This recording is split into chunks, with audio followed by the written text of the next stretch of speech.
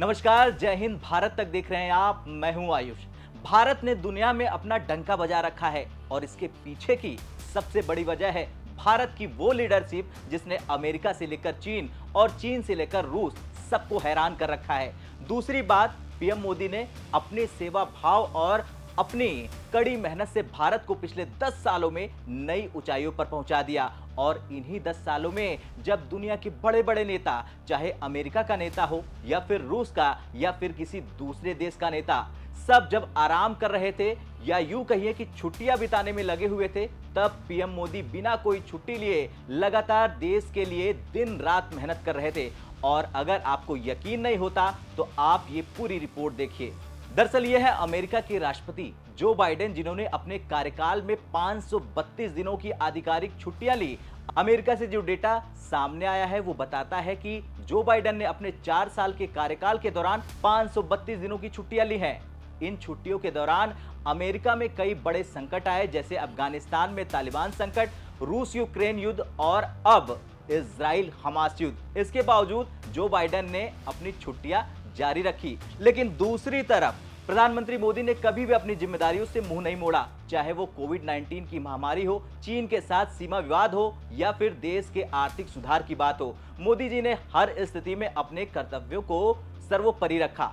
जब दुनिया के कई वर्ल्ड लीडर्स छुट्टियां मना रहे होते हैं, तब प्रधानमंत्री नरेंद्र मोदी हर दिन भारत के विकास के लिए काम कर रहे होते हैं। पिछले साल एक आरटीआई से ये खुलासा हुआ है, जिसमें जानकारी मिली है कि मोदी जी ने 2014 से अब तक एक भी आधिकारिक छुट्टी नहीं ली है, चाहे वो कोविड-19 की महामारी हो या देश में बाढ़ जैसी प्राकृतिक आपदाएं। मोदी जी हमेशा जनता के साथ खड़े थे और अभी भी खड़े हैं।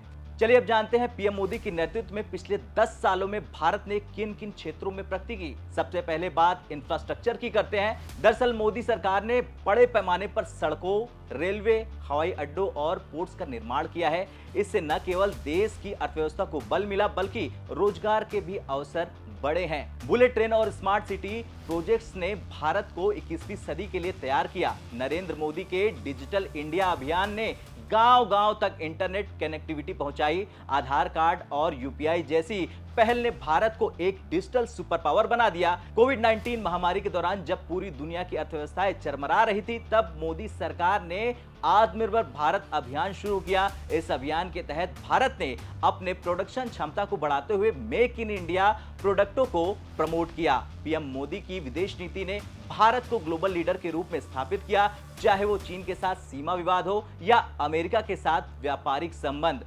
पीएम मोदी ने हर बार भारत के हितों की रक्षा की है।